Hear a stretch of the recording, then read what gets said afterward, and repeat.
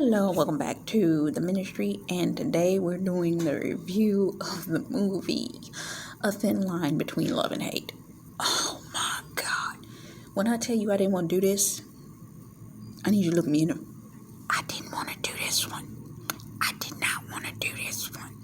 No, I didn't look at it, but I'm telling you, for as many times as it came on Grio in the past 3 to 5 months, I don't need to look at it no more. I remember it from the first time I saw it, what it was. I remember, and my dad, yet again, fell asleep watching it about 3 months ago. Okay? So, I was forced to watch some minutes of it at the particular time. So I done seen enough of it recently to be able to get out what I need to say for this. When I repeat this, I'm going to say this one more again. I'm so sick and tired of having to do words about these crazy counterfeit women. I don't want to talk about this no more. But God keep putting it in front of my face. When I saw it then, I thought that all I needed to do was pray about it and I'd be done with seeing it. But evidently, it wasn't just for me. Somebody here must need this, because I am so over talking about these women. And you know how I know somebody needed this? I saw 2, 3, 4 while I was pulling up the plot line for this film. So I'm going to get to this real quick and we're going to finish this up, because I don't want to have to deal with none of this no more, okay? Whoever this is for, I hope this blesses you. I hope this is for whoever it is. Jesus be offense. I don't ever want to see anything about no daggone counterfeit holding up not another thing. And it better not be for me. So for whoever else this is for, may the blood of Jesus be with you. And that Lord break whatever confusion that the enemy trying to bring in order against your relationship. Because bruh, he made me do this. I'm trying to be on the opposite side of this. I'm trying to be on the married side. I'm trying to be on the producing children side. I'm trying to be on the side of that. I ain't trying to be on this side no more. Okay? So let's get to this. And we're going to work through it. Hopefully it'll only be 2 parts. So, the plot. There's a nightclub manager, Daryl Wyatt, who is a perpetual playboy. As you remember, Martin Lawrence's character was a playboy in this film. And he was best friends with, what's his name? Bobby Brown. The one and only movie I ever recall seeing Bobby Brown in. So, with that being said, he was the manager. He wasn't the owner, but he was the one that everybody saw all the time at this club. So he knew he had the clout, and women liked him because they knew and figured he had money because he was a manager of that place. So, and he was chauvinistic. Some of y'all, your God-ordained spouse was chauvinistic at the time frame when God pulled him up and tapped him. Okay? He was a chauvinist. He was a jerk. He was an absolute male chauvinistic jerk. Whether it be he wanted to be a male chauvinistic jerk or life had treated him in such a way that he said, forget being committed to any woman, I'm just going to be a jerk. But there was a decision that was made, and he became a jerk. Romans 8.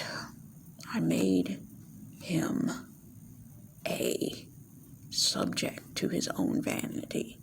8:20 through 21. He made him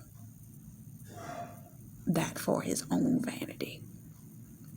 So whatever the Lord allowed, he allowed it. So he works at the nightclub.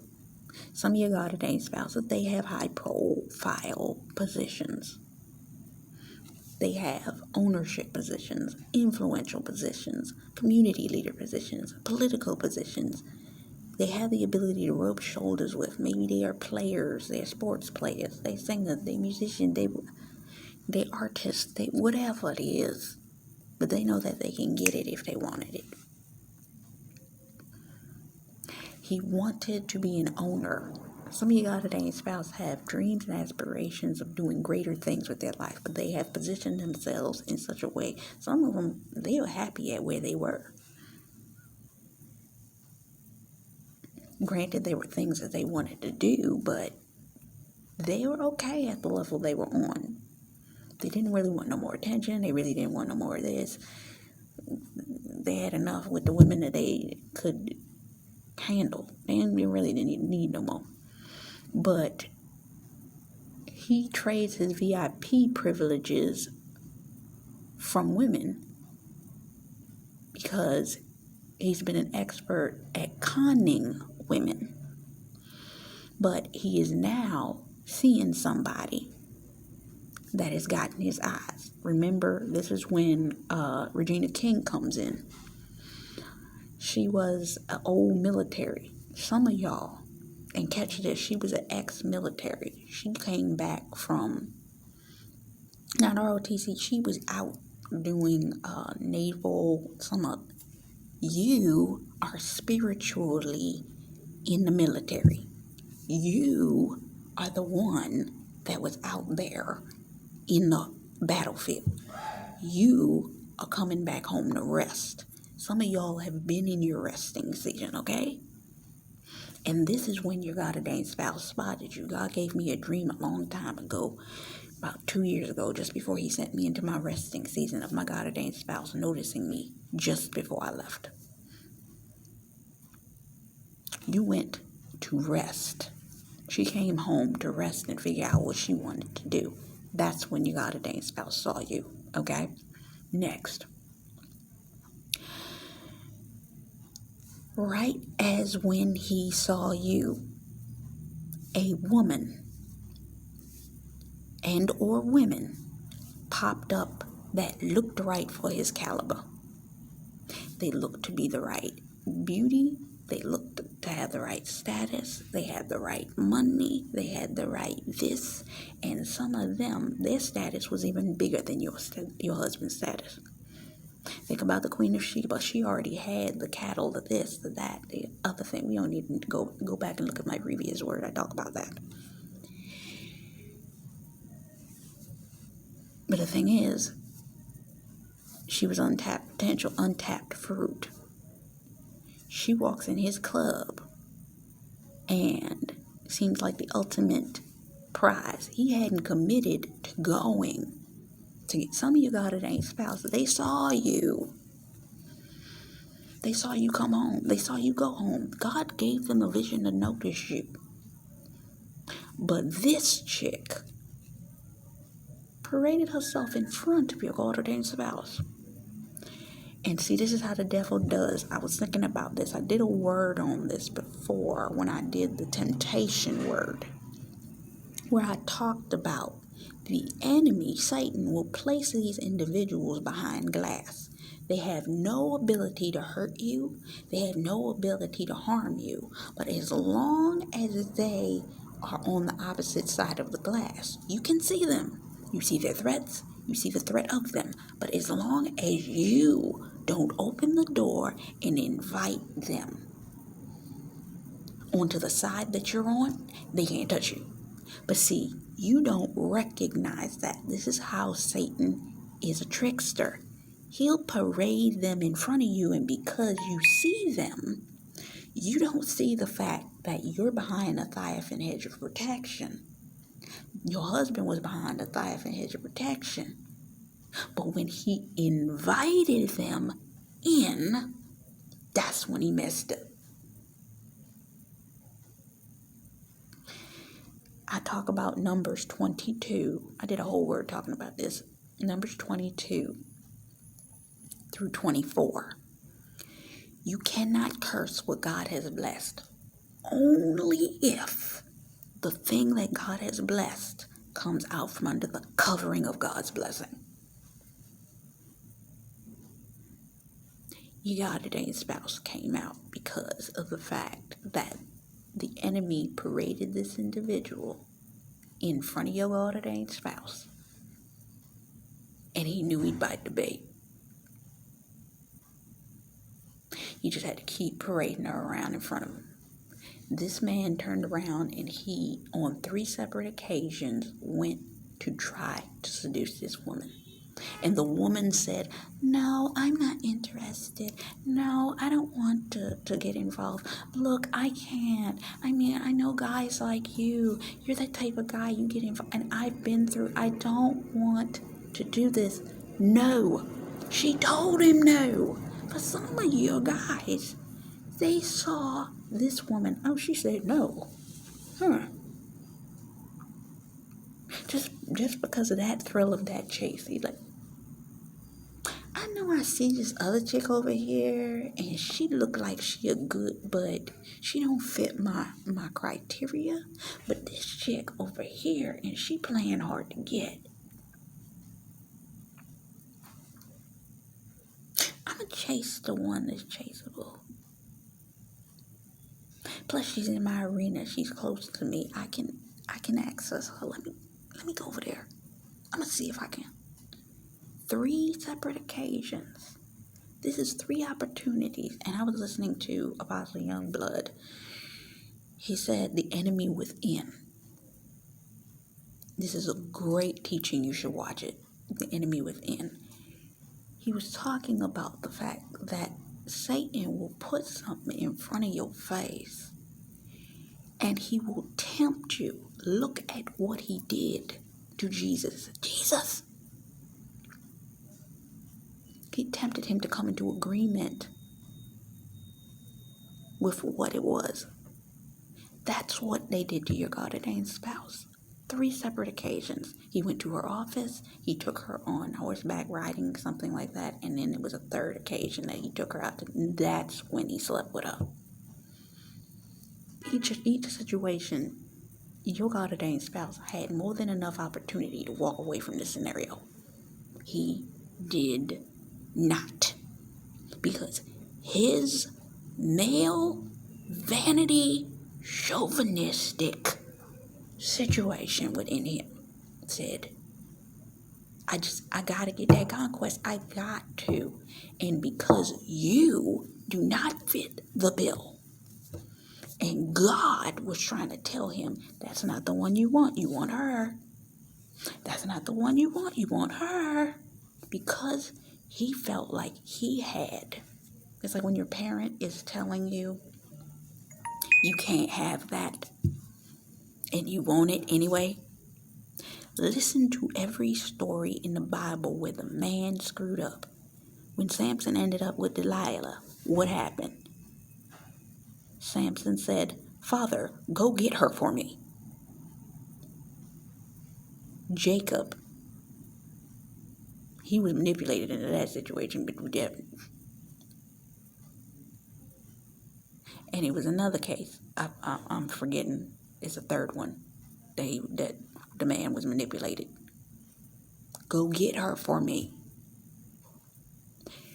They wanted to go after what they wanted to go after. And God said, don't go over there, go over there. Don't go over there, go over there. Martin Lawrence slept with her. He slept with her. He got her in that bed situation. And she was like, I love you. And this, that, and the other. And we're going to do this. And all this kind of stuff. For some of you God-ordained spouses, this woman had enough status that they could upgrade them. She started changing his clothes. She started changing his attire. She changed his speech. She was taking him places. She's like, if you're going to hang out with me, you got to XYZ.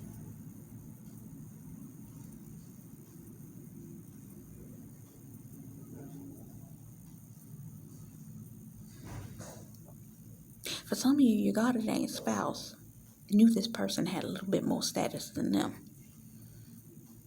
So they chased them. And that person upgraded them monetarily. But they did not realize that when they were ready to walk away, this person would not be ready for them to walk away. So, what ended up happening? After the come-ons were rejected and then they finally slept together,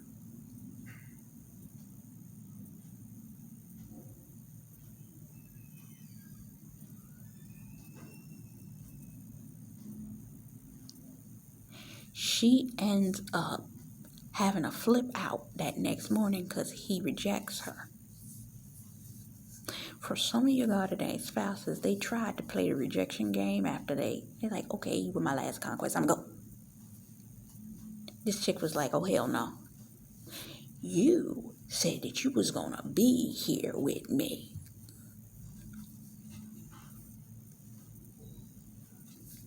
You don't get to leave like that.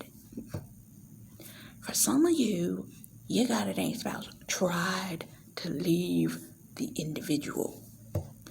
That person said, over your dead body. These people, remember Brandy's borderline? That's who this chick was. God, you want me to do that? That's 10 minutes of this. Let me look it up right quick, because I'm gonna give you, I'm hearing borderline, and I'm gonna have to do it.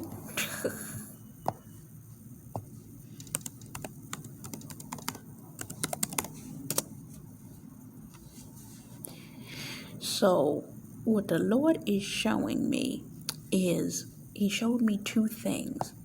Elisa Marie did a word where she said that this person is crazy, whether she tried to fake a pregnancy, whether she tried to do, I don't know what the hell she tried to do, whatever it was she tried to do, your situation align. She tried to do it. And when she tried to do whatever this was, she wasn't letting this man go at all. You can even go back to that Beyonce song, whatchamacallit,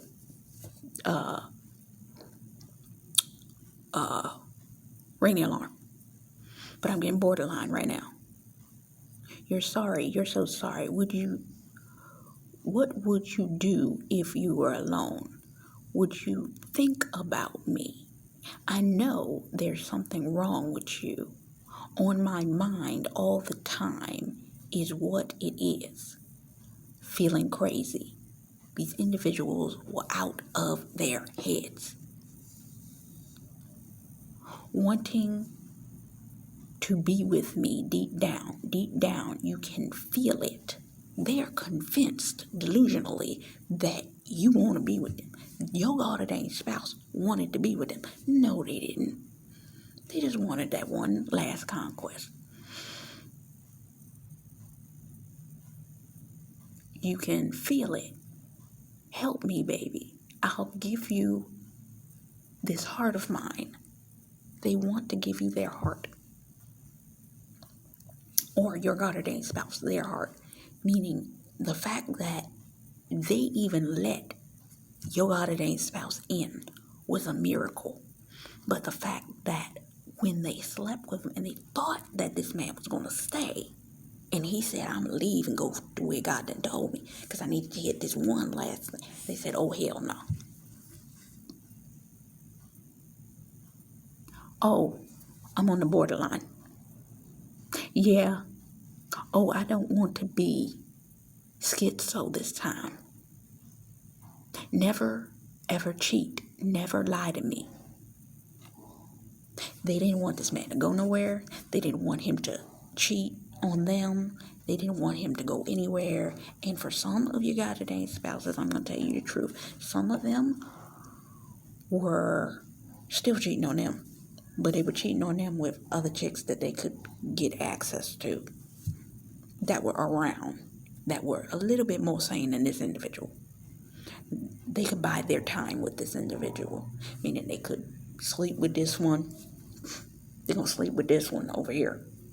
And then there's that other one that she don't care. She just want to have sex with him. And after she has sex with him, he'll talk to this one. The other one, he'll be drunk and he'll go to her and he'll sleep with them. And one of them may have faked the pregnancy with, I don't know. Go back to my previous words if you've been paying attention these past few weeks. And then there's this one. This is the dominator, meaning this is the narcissist that's like, She's just that crazy. Anyway, never cheat, never lie to me. Because I'm the most jealous girl. She, out of all of her counterfeits, is the most jealous of all of them. The whole wide world. Don't you ever hurt me. I'll change on you. And they did. I will do me and you. How? 'Cause I'm falling in love all alone. They loved this man. That man never loved them. And maybe at one point he did have some feelings there. But, because he did chase them for a period of time. But then when he got them, it was a scenario. And some of it was a pride thing. The man that was with that chick wasn't treating her right, and he just wanted to show this woman that he could do better than the dude that she was with. And once he did that, he was done. So, I'm the whole wide world. Don't you ever hurt me. I'll change on you, 'cause I'm falling in love alone. Come on home. Never treat me the same. I ain't the same. I'm like nobody else. Yeah, 'cause you're crazy. Oh, I'm on the borderline, yeah. I don't want to be schizo this time. Never ever cheat, never ever lie to me. I'm the most jealous girl in the world. Don't you ever hurt me, and I would change on you. I'm so dangerous, baby. I need you to believe what you see. They gave them more than enough warning. Don't do it. Don't come. Because that's the way the devil do. See, the devil, and I heard a minister say this, the devil will tell you to your face what you getting into. But he does it in such a subtle way that if you're not paying attention to face value, he said it. She said it to him. You can't. I've been hurt before in prior relationships. I've been this, that, and the other. I can't. Don't play with me. She said it to him. And he still did it. Believe what you say. Feel what I feel. And my feelings don't die. These people will not let that man go. It's why I cry. I need to heal. They need healing in so many ways, but they refuse to do it because they refuse to do the work for the healing that they need. Got another lady, had another baby. That's for somebody. Going crazy, but I'll be your friend, baby. Take whatever you ever. But then I couldn't take no chances. Karma is at BITCH, baby. Oh, I'm on the borderline. Yeah. Oh, I don't want to go schizo this time. Never ever cheat.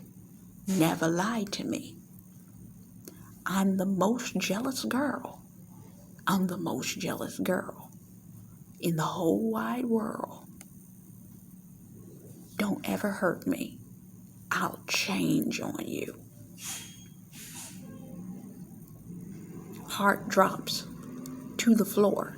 Some of your God-ordained spouse have been dealing with spiritual attacks from these women because they were working witchcraft on them, okay? And because they were working witchcraft to keep them attached to them, okay? Hearts. They've been having panic attack. I remember one day there, I felt my heart darn near beating out my chest, like it was sinking while pattering in my chest, like this. And I said, what the hell is that?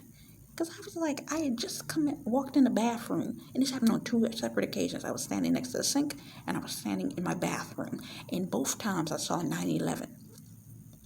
It's an emergency. Stephanie P. Smith did a video where she said, your kingdom spouse They did an attack on your kingdom spouse's heart to come against you. Because there is no you and I, maybe in another lifetime, right place, caught in the wrong time. In the end, the only one gonna get torn apart. In the end, the only one that's gonna get torn apart. Refrain again. I ain't gonna say it again. We can't cross the line, the borderline. Schizo this time. I can't cross the line, borderline. Schizo this time. We can't cross the line, borderline. Schizo this time. We can't cross the line. And so they did. Coming back to the review. So at this point, Brandy decides that she gonna show up everywhere this man is at. She goes to his house, where his mama is. She starts showing up different places. She begins to become the pursuer in this case. Because she don't take rejection well. She becomes a femme fatale. For some of your God-ordained spouses, the reason they stayed away from you is because this woman had access to them at work, at home. They knew where they lived. They knew where their mama lived. They knew where their sisters, their brothers, they this. Anytime they were around them, peachy keen. Become close friends with your family members. You turn around and they're in your kitchen with your sister. They hanging out with your boy. And you looking at them like, what the hell are you doing here? Yeah, this is the kind of crazy that they were. I saw another video by Kimberly, what's her name? Elisa Marie. I keep trying to say Kimberly. It's Elisa Marie. Elisa Marie did another video where she was talking about this person wants to destroy this man. She said, and there was another one she talked about that passengers on a bus, funny enough, a bus just pulled up out front of this window. They were passengers on a bus, and you got it ain't spouse. The Lord has severed all ties with this individual, but because what I say in the beginning, they can see this person. They have visual sight of this person. The bus had 22 on it. God has shut the door that no man can open, but because there's glass on the door, your God-ordained spouse have been terrified because they know this woman crazy. And they're afraid to move any steps forward toward you because of the fact that I'm afraid if I move, and God's saying, you can move. He has the green light. You can move. You can go towards where you're supposed to go. It's like, but the other one was crazy. She was crazy. I mean, she was crazy. She was crazy. Are you sure if I step towards her, she gonna let me go? It's like, Deani Neves did the word out. It's in my community post. I ain't gonna post it again. Talking about the God-ordained spouse has shut the doors, and God is not letting these doors open. These people can try to come back. They are no longer have access to this man. Not no more. They may try to usurp and come around the back through old friend, through sister, cousin, family member. So no. The answer is no. I remember I mentioned this in the Slave the Last Dance review that I saw a court case, and the woman marries the man, meaning it's like you marrying your God-ordained spouse, and this person become befriending his sister, and then trying to take you on vacation. That's what would happen in that court case. She was like, oh, I'm gonna just take you on vacation, and didn't tell her that this chick was gonna show up. And she was like, why would I ever want to go on a vacation with this crazy woman?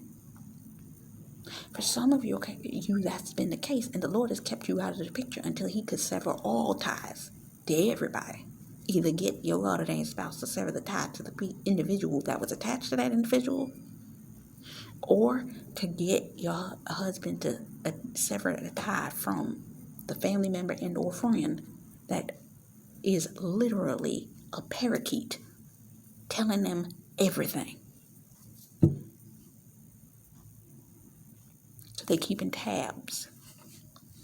Anyway, so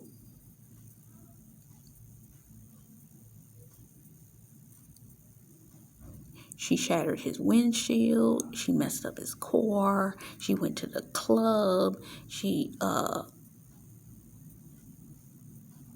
beat herself up. She caused herself for some of you, your God ordained spouse ended up in an altercation, and he would not put his hands on this individual, but they put their hands on themselves and were willing to press charges against your God ordained spouse. Remember that word I told you about, the bat signal? I think it was the bat signal. Way back. Yeah. They wanted to threaten charges because they're trying to ruin your God ordained spouse's character. Why? Because the enemy needs to destroy them before they get to you.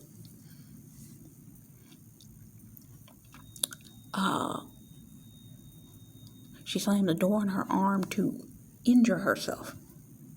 These people were crazy. In order to create an altercation to say that your husband did something to them, and he ain't